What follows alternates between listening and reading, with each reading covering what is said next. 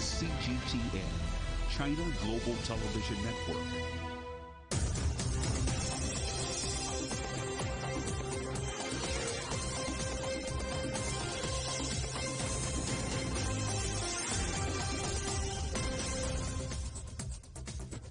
Hello and welcome to The World Today, live from CGTN in London. I'm Robin Dwyer. Our top stories. Multiple deaths confirmed as a huge earthquake hits Haiti, causing widespread damage and sending shockwaves across the Caribbean. The Taliban advances, closing in on the Afghan capital. The country's president vows to remobilize the army. As thousands of Afghans try to escape the conflict by crossing into Europe, Turkey bolsters its border security. And a heat wave fuels fires and dozens die in floods as extreme weather continues to grip southern Europe. The Afghan president, Ashraf Ghani, says he's in urgent talks to end the conflict in his country as the Taliban closes in on Kabul. Militants have now seized control of more than half of the country's provincial capitals. There have been fresh reports of heavy fighting 40 kilometres away from Kabul. It comes just a day after the Taliban took the nearby town of Pul-e-Alama, setting them up for an attack on the capital. Well, let's talk now to our correspondent, Zemarilai Abbasin, who's in Kabul. So, Zemarilai, he's been largely silent as the Taliban have advanced, but President Ghani has addressed the nation today. Yes, exactly. He addressed the nation after a long silence. And tell us more about what he had to say. President Ashraf Ghani appeared in a video message, and many were expecting him to deliver something really huge. But at the end of his message, we can conclude it simply like that. We are working on the besiege of ANDSF. We will continue our advice sessions with international community and internal factors and figures. And at the same time, he emphasized on the gains of last 20 years. And he was also stressing that he won't let the country to go to a very deep catastrophe. But at the same time, the situation and the eyes of Afghan people, it's so much different. Our dear country, Afghanistan, is in serious danger of instability due to the war imposed on us. Our effort is to take care of our compatriots who have been displaced due to the situation. Currently, the reintegration of the security and defence forces is our priority, and serious measures are being taken in this regard. And there have been more gains for the Taliban, so how close are they now to Kabul? They have recently captured Afghanistan, 3 other provinces, Paktia, Paktika, and also Faryab, totally. And the ANDSF have evacuated the areas to the Taliban. And it raises concerns, particularly when we see the neighboring capital provinces to capital Kabul, Ghazni. At the same time, we see Paktia, it's also closer, Logar, which is just a neighborhood. And now the conflict continues in another neighboring province, and Maidan Wardak, and there are heavy clashes in Maidan Shar at the moment that I'm talking to you. So obviously it raises concerns in the capital, and they are of course reaching closer and closer to capital Kabul. But speculations are different, whether the people, the common people, they have fears, phobias, and a lot of traumas, and at the same time psychological kind of torture for the people of Afghanistan. But when we see analysis, there are people who believe the Taliban will reach a political settlement before they attack, and many believe that they won't plan that. But at the same time, it was the same thing that most of the analysts was expecting before the Taliban started their offensive on the capital, provincial capitals, and now we see more than 20 fell to the Taliban. So of course, no one can talk clearly about the situation, and also there are two things related with each other, which is almost it was expected today, as we talked about President Ghani's last video message. Many were expecting that President Ghani will come up with a major message, and maybe he will announce his even resignation, but that was not the time. This expectation still continues. The second part is a ceasefire from 3 months to 6 months that Taliban will offer, and then the things will go ahead politically and diplomatically. But yet, these are just expectations. But on the battlegrounds, the only thing that occurs is war and Taliban, the siege, and their progresses on the battlefields and provincial levels. Meanwhile, peace talks continue, though. Is there still a chance that these might lead to some success? The views are divided on this issue, Robin. Some believe that, yes, it is possible more than any time in the past, but some other believe no. This was a ready-made scenario. Some believe, like the analysis they say, and they've been talking from last 2 weeks when the collapse of the provincial capital started. But at the moment, many think that let's wait and see what would be the response of international community. As you better know, the UN is planning a joint statement regarding Afghanistan tonight, and everybody is waiting in Afghanistan. What would be the context of this statement? It's unclear yet, but it's to be believed that they will come up with some diplomatic pressures upon the Taliban because of the raising attacks and violences all around the country. And let's wait for the United Nations, what are they doing? But the US, NATO, and other major countries and organizations, they have been talking about Afghanistan. They are evacuating their own personnel and staff from Kabul now. Almost more than 1,000 troops, as we got reports, have reached to Kabul, and they are now in the capital, and they are facilitating to transfer those who have been working with the United Forces and at the same time their own civilian staff. But they are ending their all conclusion about Afghanistan, saying that we will not accept any kind of possible and potential state that would keep striking to gain power through military efforts. So now the situation is very critical, very changeable, and we could only say and we can only wish best for capital Kabul, and we have to wait for a couple of days, I guess. Samarullah Abbasin in Kabul, thanks very much for updating us. The United Nations has warned that Afghanistan is on the brink of a humanitarian catastrophe. Britain and Canada have joined the US in sending troops to help evacuate diplomatic staff from the country. CGTN's Owen Fairclough reports. Taliban forces seizing control of Afghanistan's second biggest city, Kandahar, in Helmand province. 7 years ago, American and British forces lowered their flags as they ended combat operations there. Now, along with Canada, they're sending soldiers back to help their embassies' staff leave the country. Few crises could distract the Biden administration from a resurgent COVID-19 right now. But the speed of the Taliban's advance since the US announced it would withdraw all forces by the end of this month has caught Washington on the back foot. Now it has to contend with the optics of sending 3,000 troops back to Afghanistan to safeguard what the State Department is refusing to call an evacuation, a move now drawing comparisons with the fall of Saigon towards the end of the Vietnam War.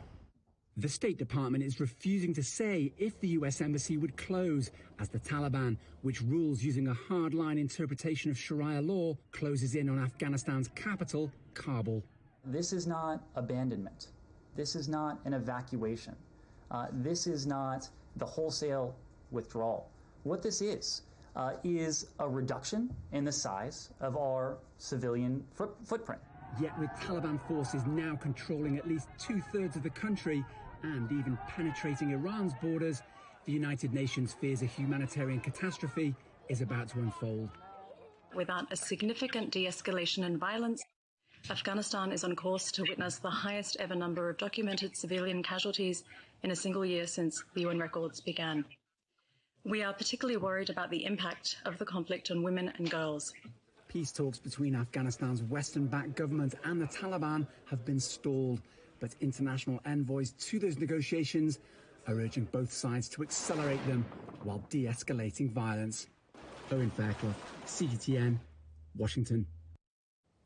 Meanwhile, the flow of refugees seeking to escape the violence in Afghanistan is being felt across the Middle East and beyond.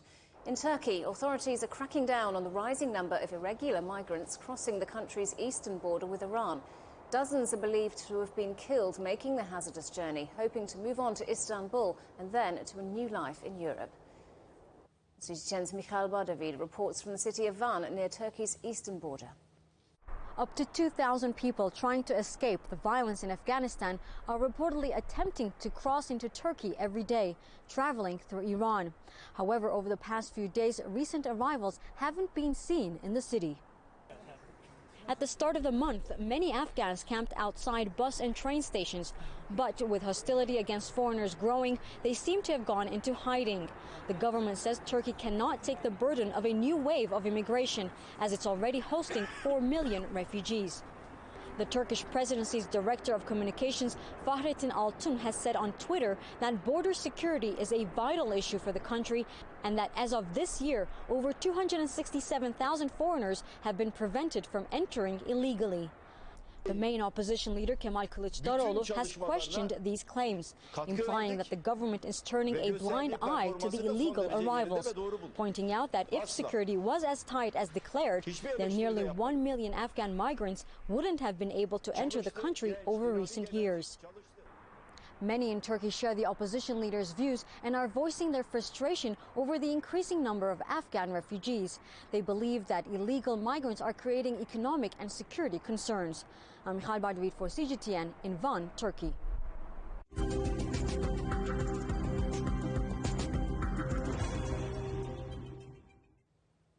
Demonstrations have been held in France for a fifth weekend running against plans to extend the use of new anti-COVID health passes. Organisers say over 250,000 people have joined protests against legislation that will make the passes mandatory for those using restaurants, trains and other public places. 2/3 of the French population have now been vaccinated. Campaigners from across the political divide are seeking to block further restrictions on social gatherings. Iran is imposing a one-week nationwide lockdown to contain the further spread of COVID-19. All non-essential shops will shut and roads will be closed to private vehicles amid a surge in cases of the Delta variant. Only open-air mourning ceremonies for those who've died will be allowed, according to government sources. China is stepping up its COVID vaccination program. More than 1.8 billion doses have already been administered, but most have been given to adults. Now children aged between 12 and 17 are being offered the jabs. CGTN's Meng Qingsheng reports. At a local hospital in Chengdu City, 12-year-old Chen Xiaoyu is ready to take her first dose of COVID-19 vaccine. The middle school girl is accompanied by her father. It's mandatory for guardians to accompany their children when they receive the vaccination. Previously, the vaccines were all for adults, but not for minors. I was sort of panicked after learning that supplies were in shortage, as new school seasons will start soon. Now, after taking the jab, I feel really happy. At this vaccination point, each individual has to go through 5 procedures to complete the process. They include identity verification, pre-checking, as well as a 30-minute on-site observation. The minors are informed of all the details of vaccination, like possible side effects of taking the jab. Getting vaccinated is helpful to the human body, as it would help protect against COVID-19 virus. It not only helps stop the spread of the virus, but also has an effect on the human body. As the COVID-19 outbreak has become quite serious, the country calls for us to get vaccinated and form a kind of herd immunity. I think that everyone should support the vaccination program. This hospital supplies an average of 1,200 doses of vaccines for minors each day. The vaccines are supplied by 2 Chinese companies, Sinopharm and Sinovac. Both of them produce inactivated vaccines that use a dead virus, so it cannot harm the body. Inactivated vaccines have a high level of safety, as they are developed with mature technologies and have positive effects on teenagers. According to the latest study on individuals aged from 12 to 17 years old, inactivated vaccines can help produce high level of antibodies. In June this year, China approved the emergency use of domestic COVID-19 vaccines on minors aged from 3 to 17. Here in Sichuan province, local departments have launched a 3-month vaccination program for the 12 to 17 age group. Officials say the 2-dose process will be completed by the end of October. On Thursday, Chengdu lifted quarantine measures as the entire city has no medium risk area. The city reported 5 locally transmitted COVID-19 cases and 1 asymptomatic case in late July. They were all linked to the Delta variant. We visited the headquarters of the city's first responders. The current prevention and control measures are effective for coping with new variants. Besides, the existing vaccines are effective too. They can not only reduce the transmission risk, lower the chances of transmission by infected people, but also reduce the incidence of severe disease and mortality of infected people. Currently, vaccinations for minors 12 to 17 years old have been underway across the country. Health authorities say more than 60 million doses have been administered so far to that age group. The move is expected to help build an immune barrier to the new coronavirus and consolidate the results of epidemic prevention and control in China. Wang Qingsheng, CGTN, Chengdu, Sichuan Province. While most of the planet's population is waiting for its first COVID vaccination, 3rd jabs are being offered to vulnerable groups in the United States. The rollout comes despite calls by the World Health Organization urging rich nations to hold back on booster jabs until developing countries have had their fair share. Giles Gibson reports from Washington. The US was one of the first countries to start vaccinating people against COVID-19, and now it's moving forward with booster shots. The Food and Drug Administration says organ transplant recipients and other people with weakened immune systems, such as cancer patients, can now get a 3rd dose of the Pfizer-BioNTech or Moderna vaccines.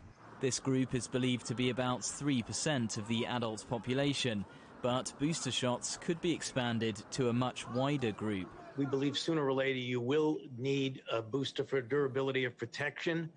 Right now, as we mentioned, we are evaluating this on a day-by-day, week-by-week, month-by-month basis, looking at any of a number of studies, both international and domestic. Countries such as Chile and Israel have already started giving out booster shots for older adults, and others like the UK are weighing up their options. The World Health Organization, though, has called for a moratorium on booster shots in wealthy countries until more people in low-income nations are vaccinated.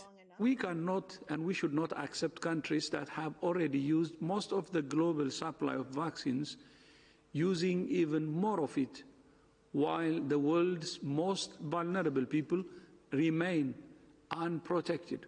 The decision to start giving out extra doses in the US comes as the country battles yet another surge in coronavirus cases.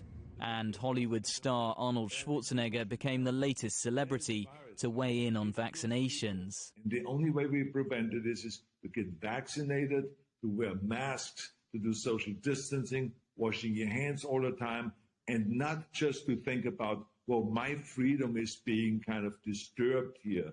No, screw your freedom, because with freedom comes obligations and responsibilities.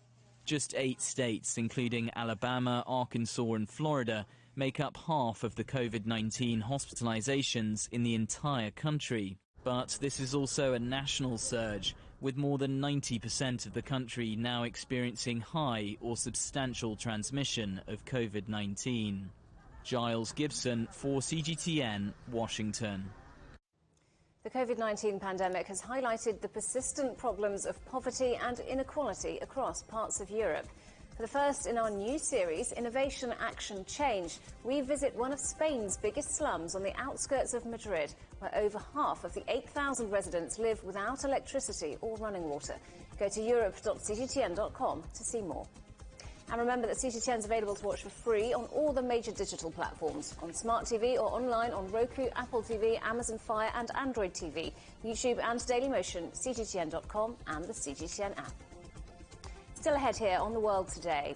Southern Europe swelters as the Lucifer heatwave pushes temperatures up across Italy and Spain, causing grief and fueling fires.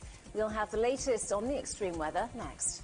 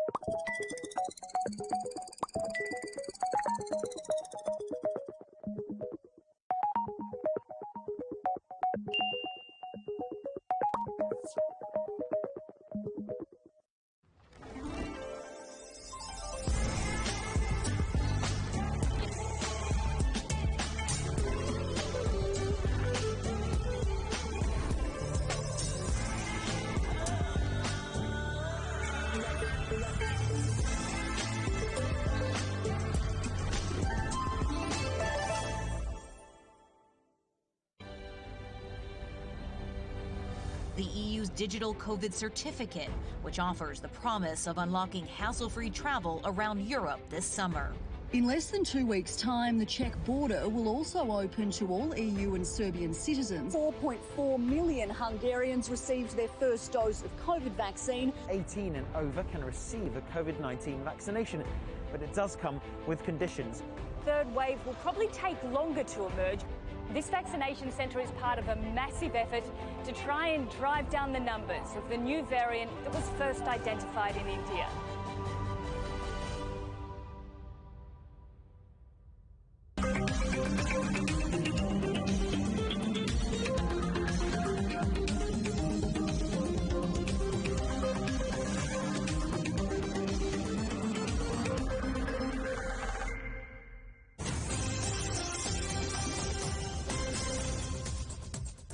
Welcome back. A reminder of our top stories. Multiple deaths have been confirmed as a huge earthquake hits Haiti. It's caused widespread damage and sent shockwaves across the Caribbean. And the Taliban is making advances, closing in on the Afghan capital. The country's president has vowed to remobilize the army. Europe is in the midst of its worst heat wave in a decade. The extreme conditions are fueling intense wildfires across southern countries. Michael Voss reports. The anticyclone weather system called Lucifer continues to sit over southern Europe, bringing extreme temperatures and more fires. Overnight, families were forced to flee their homes, with forest fires approaching the Tivoli suburb of Rome. This is just one of dozens of fires sweeping Italy. The intense heat is also hitting Spain, with the State Meteorological Office predicting record highs across much of the Iberian Peninsula over the weekend. The capital, Madrid, has already recorded a high of 46 degrees, leaving residents and tourists trying to cope with the dangerous heat wave. Arriving at the Prado Museum, I saw a woman collapsed on a bench, and no one helped her. It was heat stroke. People are lacking water. They have to consume a lot of water. Across the Mediterranean, some of the deadliest fires are in Algeria, where dozens of people have died trying to contain the blazes, which have destroyed homes and businesses in its path. It was a fire like I'd never seen before. The fire wasn't moving slowly, it was gusting. We were immediately asphyxiated. Turkey appears to be getting the fires under control, but now it's flash floods, which are devastating the north of the country along the Black Sea coast.